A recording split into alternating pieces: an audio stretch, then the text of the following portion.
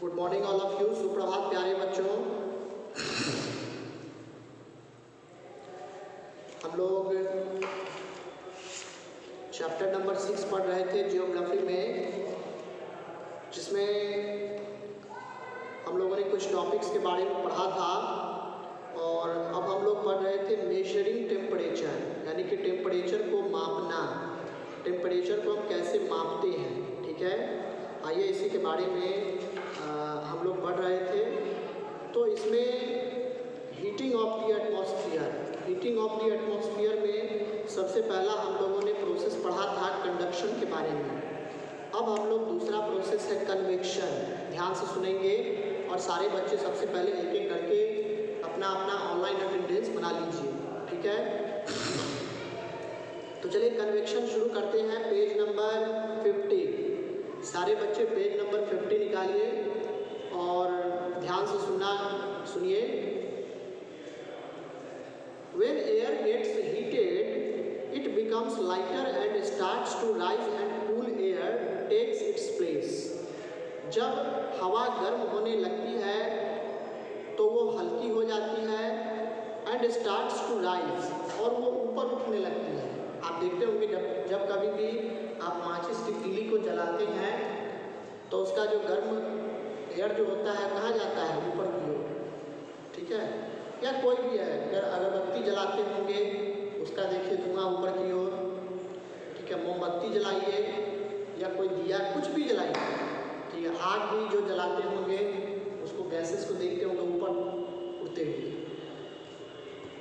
तो कहता है यहाँ when air gets heated it becomes lighter, जब हवा गर्म हो जाती है तो यह हल्की हो जाती है, and starts to rise, और वो ऊपर उठने लगती है, ऊपर उठने लगती है। ठीक है, and cool air takes its place, और उस गर्म हवा के जगह पर कौन आता है? ठंडी हवा। This process of transfer of heat is called convection. यही प्रोसेस जिसमें हीट ट्रांसफ़र किया जाता है, इस प्रोसेस को कन्वेक्शन कहा जाता है। The rising air currents are called convectional currents, यानी कि हवा में जो एयर करेंट्स जो उठता है उसी को कन्वेक्शनल करेंट्स भी कहा जाता है।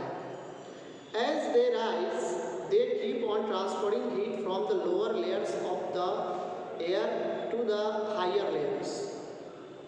यानी कि जब कहता है as they rise, जैसे जैसे ये ऊपर बढ़ते हैं, they keep on transferring heat, तो क्या करते हैं? हीट को ट्रांसफ़र करते रहते हैं from the lower layers, नीचे से ऊपर की ओर, to the higher layers, नीचे से ऊपर की ओर। उसके बाद है तीसरा लेयर रेडिएशन। पेज नंबर 50 ध्यान से सुनिए आप लोग। Once the ground becomes hot due to the sun's heat, the surface of the earth starts radiating heat to the atmosphere. कहता है कि जब ग्राउंड पूरी तरह से गर्म हो जाता है due to the sun's heat, सूरज की किरणों की वजह से जब पूरा सतह गर्म पड़ जाता है, the surface of the earth starts radiating heat to the atmosphere. तो सूरज की पृथ्वी के सतह की जो गर्मी है इसको ट्रांसफ़र करने लगता है एटमॉस्फेयर में। ठीक है, सारा हीट जो है एटमॉस्फेयर इस पूरे वातावरण में ट्रांसफ़र होने लगता है। This heat is called terrestrial radiation. इसी हीट को टेरेस्ट्रियल रेडिएशन भी कहा जाता है। This heat passes on to the atmosphere in the form of long waves, और यह हीट जो है एक लंबे वेव किरण में जो है बदलते जाता है एटमॉस्फेयर से। उसके बाद है advection. The transfer of heat also takes place through winds, यानी कि गर्मी का जो ट्रांसफ़र होता है, हीट का जो ट्रांसफ़र होता है वो एयर की वजह से भी होता है। Winds from cooler areas mix with the winds from warmer regions and get warm. ठंडी जगह से बहने वाली हवाएं गर्म जगह पर चलने वाली हवाओं के साथ मिल जाता है एंड गेट वार्म, और ठंडी हवा भी क्या हो जाती है, गर्म हो जाती है. This transfer in the process the warmer winds cool down. इस प्रोसेस में क्या होता है, जो गर्म हवाएं होती है वो ठंडी पड़ जाती है. This transfer of heat is called advection. इसी प्रकार के जो हीट ट्रांसफर किए जाते हैं इसको एडवेक्शन कहा जाता है. The cold polar winds cool the warmer winds in the lower latitudes. उत्तरी ध्रुव कोल्ड पोलर विंड्स यानी उत्तरी ध्रुव पर जो बहने वाली हवाएं होती है वो कूल द वार्मर विंड्स, उसको क्या करती है, तो गर्म हवाओं को ठंडा बना देती है. ठीक है, ठंडा कर देती है. मतलब जो लोअर लैटिट्यूड होते हैं नीचे वाले उसको ठंडा बना देती है. उसके बाद है नेक्स्ट टॉपिक एटमॉस्फेरिक प्रेशर. यह दूसरी प्रक्रिया है जिसके कारण मौसम में या कह सकते हैं कि एटमॉस्फेरिक टेम्परेचर को ये बढ़ाता है, अफेक्ट करता है. तो टॉपिक है एटमॉस्फेरिक प्रेशर. ध्यान से सुनेंगे, यानी कि वातावरण का दबाव. We know that like any other matter, air has weight and it exerts pressure on the surface of the earth. हम जानते हैं कि दूसरे मैटर के जैसा ही एयर में भी क्या होता है, वेट होता है, हवा होती है, वजन होती है. And it exerts pressure on the surface of the अर्थ. और हवा भी क्या करता है, तो पृथ्वी का जो सतह है उस पर वो प्रेशर दबाव डालता है. ठीक है, दबाव डालता है हवा. This pressure is known as atmospheric pressure. इसी प्रेशर को एटमॉस्फेरिक प्रेशर कहा जाता है.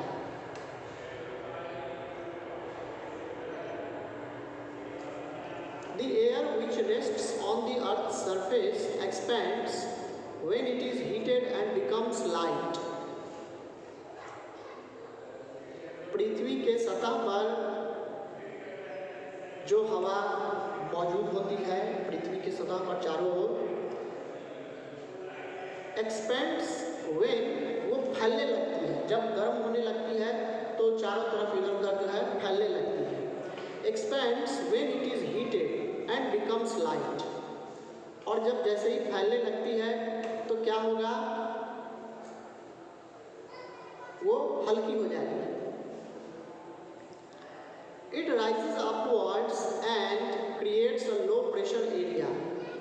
इससे क्या होता है, तो जब हवा हल्की हो जाती है तो वो ऊपर की ओर उठने लगती है, जाने लगती है. and creates a low pressure area. और वहाँ पर एक लो प्रेशर एरिया बन जाता है. On the other hand, the cold air contracts, becomes heavy, settles down and creates a high pressure area. जबकि दूसरी तरफ क्या होता है, कोल्ड एयर जो है सिकुड़ने लगता है, ठंडी हवा सिकुड़ने लगती है, कॉन्ट्रैक्ट्स, बिकम्स हेवी. और इसके कारण क्या होता है, जब सिकुड़ेगा तो क्या होगा, ज़्यादा हेवी होगा. Settles down and creates a high pressure area. Settle down हो जाता है और एक हाई प्रेशर एरिया वहाँ पर बन जाता है. Air moves from high pressure areas to low pressure area. Air जो है जहाँ पर हवा का दबाव या कह सकते हैं कि हाई प्रेशर एरिया से जो है लो प्रेशर एरिया में हवा जाती है, मूव करती है. उसके बाद है विस्ता फैक्ट. ध्यान से सुनेंगे इसको. The atmospheric pressure on our body is several tons, but we do not feel it because while air exerts pressure on our body from all sides, our body also exerts a counter pressure to balance it. ठीक है, अगर हम अपने body की बात करें तो atmospheric pressure जो होता है हमारे बॉडी पर कई टन्स में आता है, ठीक है, but we do not feel it, लेकिन हमें यह महसूस नहीं होता है। क्यों? क्योंकि while air exerts pressure on our body from all sides, जब हवा हमें पूरे बॉडी को जब प्रेशर देता है, एक्सर्ट करता है, our body also exerts a counter pressure to balance it, तो हमारे बॉडी में से भी क्या होता है, काउंटर प्रेशर जो है एक्सर्ट करता है ताकि यह मतलब बैलेंस जो है बना रहे।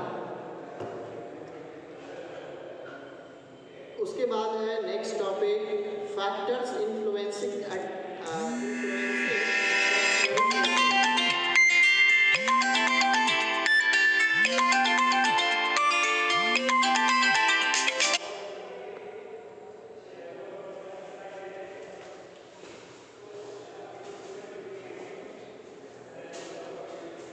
Factors influencing atmospheric pressure. तो वैसे फैक्टर्स जो कि एटमॉस्फेरिक प्रेशर को इन्फ्लुएंस करता है, प्रभावित करता है। Temperature and altitude influence atmospheric pressure, यानी कि टेम्परेचर, दबाव, ताप एंड एल्टीट्यूड और एल्टीट्यूड एटमॉस्फेरिक प्रेशर को प्रभावित करता है।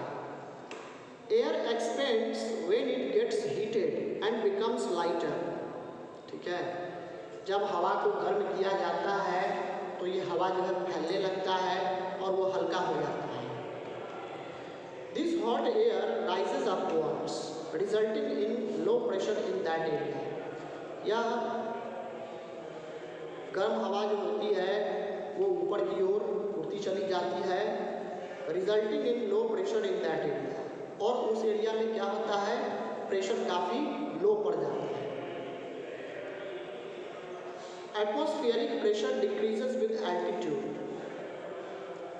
लेकिन जैसे ही हम एल्टीट्यूड की बात करें तो एल्टीट्यूड डिफरेंट प्लेस के एल्टीट्यूड का एटमॉस्फेरिक प्रेशर जो है डिक्रीज होने लगता है।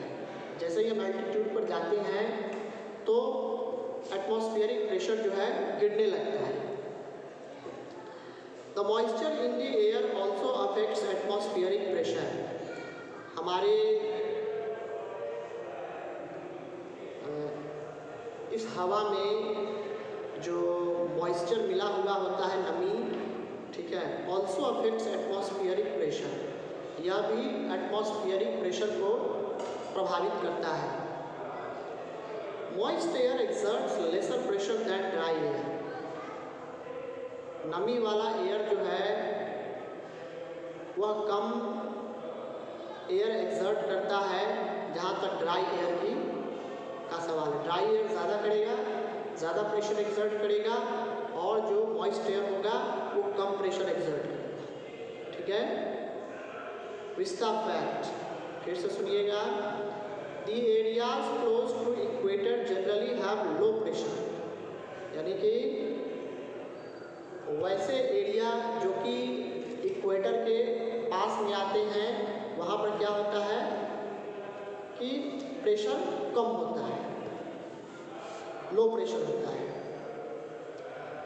उसके बाद है मेजरिंग प्रेशर, प्रेशर को मापना। Air pressure is measured with an instrument called barometer, हवा के दबाव को जो है मापा जाता है एक ऐसे इंस्ट्रूमेंट से जिसे बैरोमीटर कहा जाता है। ये आपका जीके का भी क्वेश्चन हो गया, ठीक है, इसको ज़रूर याद रखिएगा। बैरोमीटर, हवा के दबाव को मापने के लिए जिस यंत्र का प्रयोग किया जाता है उसे बैरोमीटर कहते हैं, BAROMETER, barometer.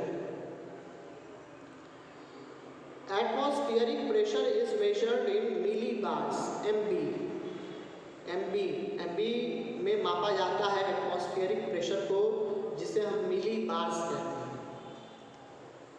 The normal atmospheric pressure at sea level is about 76 centimeter of the mercury column in the barometer or 1013.25 MB।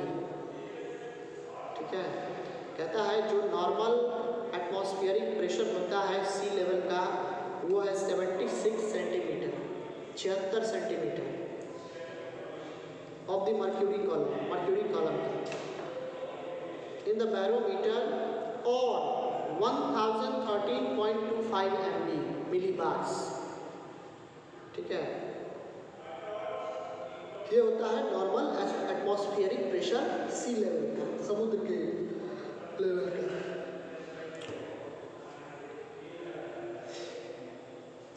उसके बाद है next topic, distribution of atmospheric pressure. Atmospheric pressure को डिस्ट्रीब्यूट करना।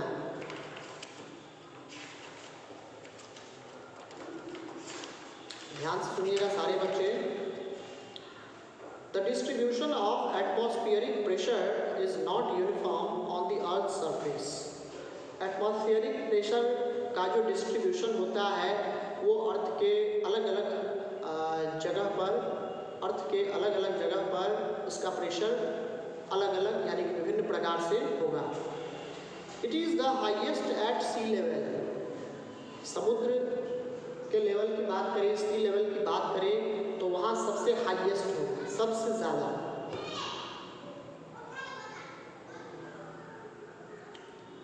Vertically on the mountains, the thickness and density of air column is less, so the atmospheric pressure is also less.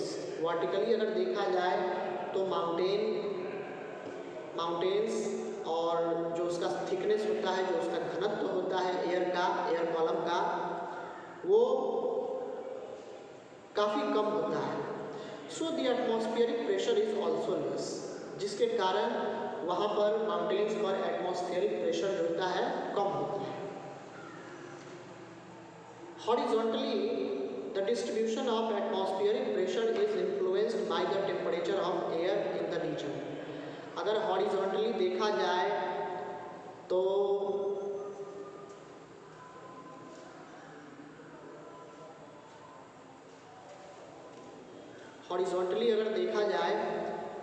Atmospheric pressure का जो distribution होता है वो air के मतलब अलग अलग जगह का जो एयर होगा और उसका जो टेम्परेचर होगा उसी पर वही उसको प्रभावित करेगा।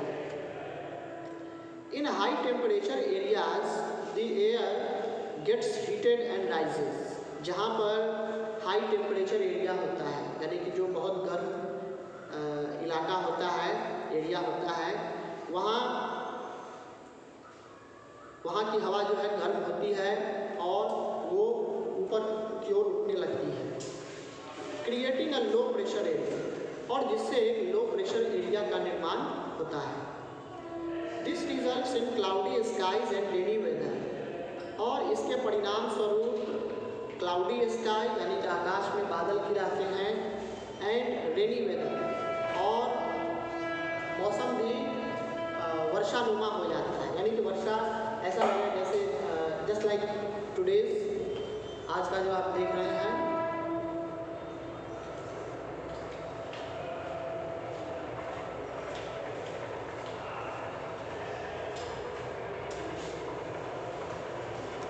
In areas with low temperature, the air is cold and therefore heavy.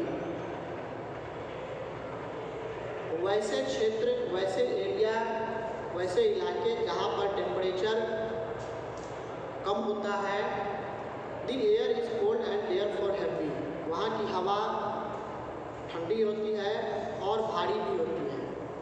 ठंड होगी तो निश्चित रूप से वो भारी हवा होगी। It does not rise high but sinks, और यह भारी हवा जो होती है वो ऊपर की ओर नहीं उठती है बल्कि नीचे की ओर जाती है। मैंने कल भी बताया था आप लोगों को कि गर्म हवा जो है ऊपर की ओर और ठंडी हवा नीचे की ओर जाती है। This creates a high pressure area, और जिससे एक हाई प्रेशर एरिया का निर्माण होता है। High pressure is associated with clear skies and sunny days. High pressure का मतलब है आकाश बिल्कुल साफ होना और धूप खिला हुआ होना। This is the reason why atmospheric pressure increases from the equator to the poles. और यही कारण है, इसी कारण से एटमॉस्फेरिक प्रेशर, एटमॉस्फेरिक प्रेशर जो है अलग अलग होता है, यानी कि दोनों पोल्स, जो नॉर्थ पोल साउथ पोल जो है, this is the reason why atmospheric pressure increases from the equator to the poles. यानी कि इक्वेटर के पास जो है प्रेशर कम होगा, लेकिन जैसे जैसे जैसे जैसे आप इक्वेटर से, जैसे मान लीजिए मैं अभी फिगर बना रहा हूँ, सपोज मान लीजिए ये है,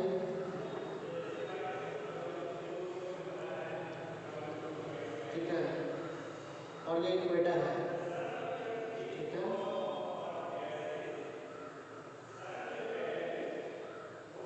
तो ये अगर इक्वेटर है, यानी कि यहाँ जो होगा प्रेशर कम होगा, ठीक है, प्रेशर जो है एटमॉस्फेरिक प्रेशर कम होगा। लेकिन जैसे जैसे आप ऊपर की ओर जाएंगे तो ये प्रेशर जो है बढ़ने लगेगा, ठीक है, that will be increased when you go up.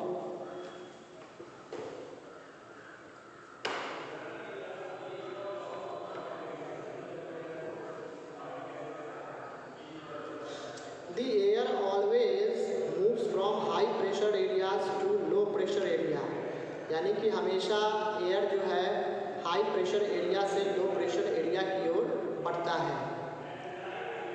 उसके बाद है pressure belts.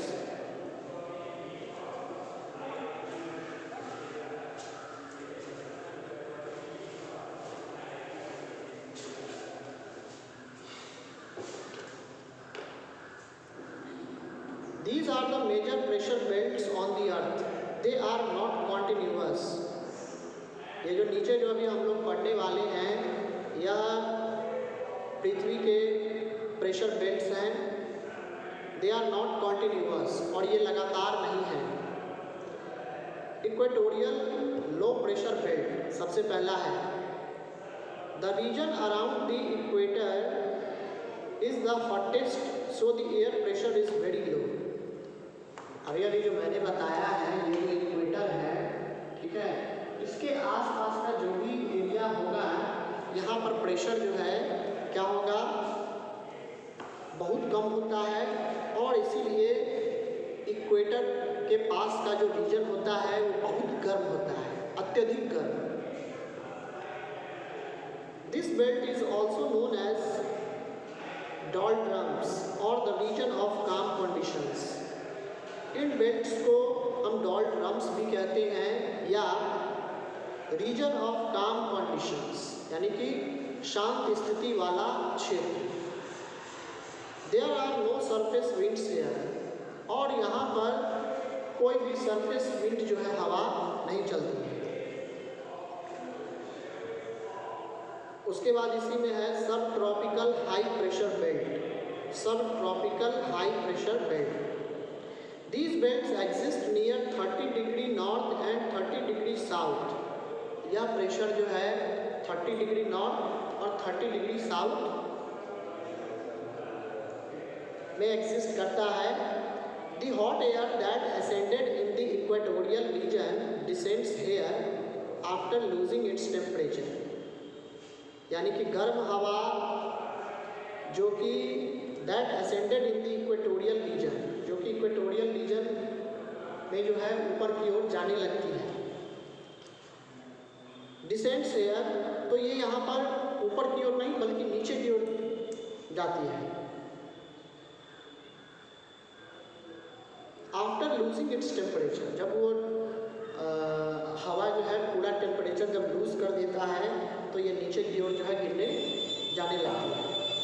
It becomes heavy and begins to sink, और जब यह नीचे की ओर जाती है तो भारी भरकम बन जाती है और फिर डूबने लगती है, यानी कि नीचे की ओर जाने लगती है। This creates belts of high pressure, और इसी से हाई प्रेशर बेल्ट का निर्माण होता है। These belts are also known as horse latitudes. In belts को horse latitude के नाम से भी जाना जाता है। तो बच्चों आज के लिए इतना ही, फिर हम लोग नेक्स्ट डे आगे के टॉपिक्स पढ़ेंगे। ठीक है, आज के लिए इतना ही। आप लोग घर पर इसको फिर से पढ़ेंगे और पढ़ करके आएंगे।